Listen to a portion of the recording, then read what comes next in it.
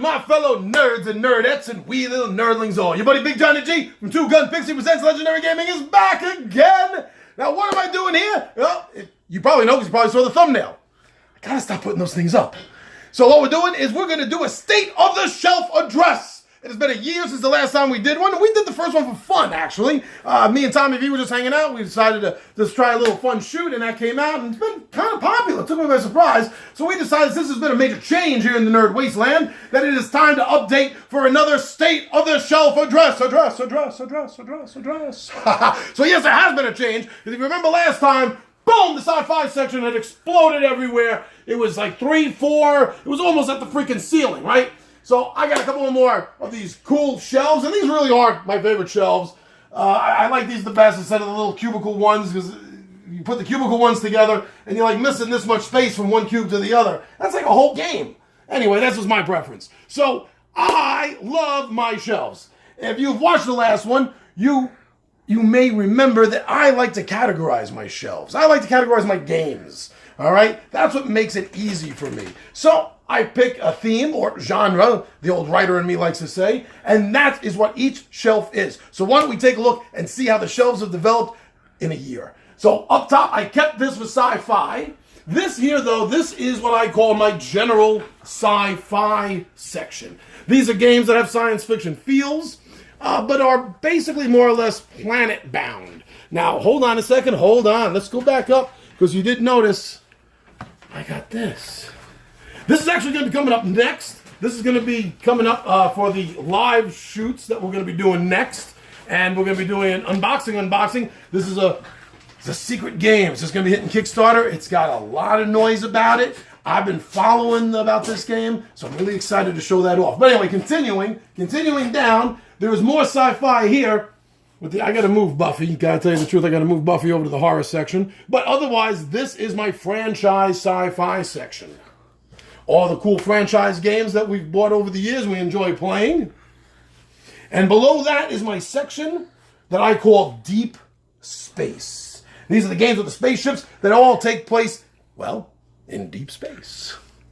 And the last of these shelves, because the bottom shelf is still empty, I'm waiting for fill that in. But the bottom shelf right over here is my newest shelf, my newest acquisitions, my newest grabs, as you will, the post-apocalyptic sci-fi section. And from there, we get to what I find to be one of the least touched themes in the board game community, publishing-wise, and that is superheroes. Yeah, I know you're looking at this right now and you're going, John, you don't even have Marvel Legendary. And you know what? I haven't seen a video yet that really sells that game on me. So that's why I don't have it. And now you're thinking, John, you don't have Marvel Dice Masters. Well, that's a collectible dice game. And you know what? I'm done with collectible games. I went down the rabbit hole with Magic, with Werewolf collectible card games, with Star Trek The Next Generation. I am done. I am done chasing my friends who are busy chasing me, trying to get the most rare cards. I'm done with that. And Dice Masters feels like it's the same darn thing to me. So you're not going to see those on my shelves. So taking that out of the equation, these are what I've found to be maybe the best of the superhero games. And also most of the, superhero games. Now below that, we start our historical section. This top shelf right over here is just specific general history. Things from World War II era games, the Cold War, going back to much more older times with dinosaurs, to the French Revolution. And below that continues the historic theme with Westerns. Western. Oh, I love the Western theme. I always have since I was a small kid. I've had a little bit of a fascination with it. And these are the games I have thus far for the Western games. I've just backed on Kickstarter, and it's just about to end. Just backed for Western Legends. And that is a sandbox Western game. I can't wait to get that here. I can't wait to get that on the table. And it uses, it's not just called Western Legends for nothing. You're actually playing real Western Legends. You're playing Doc Holliday. You're playing Jesse James. You're playing Bat Masterson. You're playing these iconic figures from the Wild West.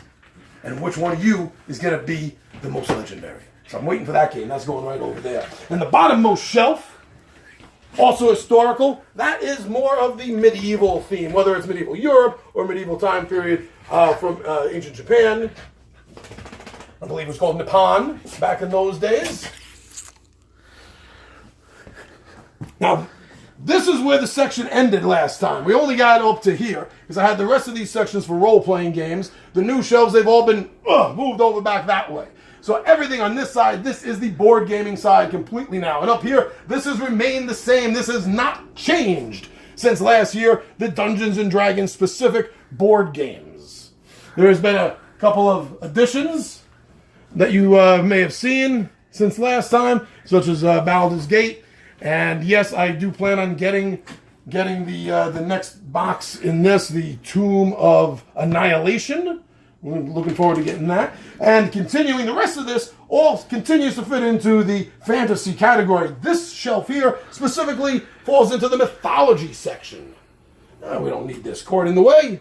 This falls into the mythology section. These games have to deal with either historical, like the Ragnarok happening from the Viking mythology, or even from fairy tales. That's kind of like, another version of mythology.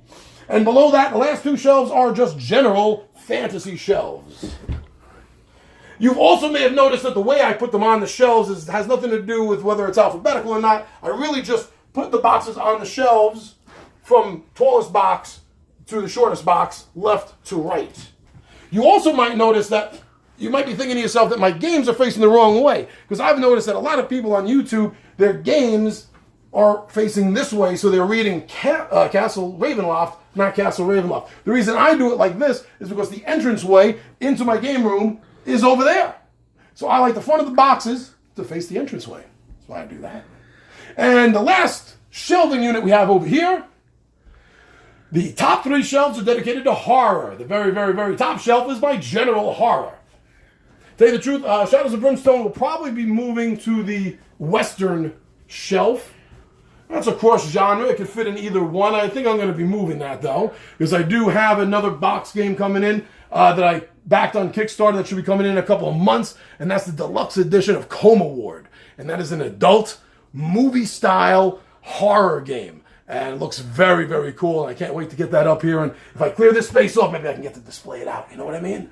So below that here, and also in the horror section, we have, can you guess it? Yeah, the Lovecraftian, the mythos, the Cthulhian games.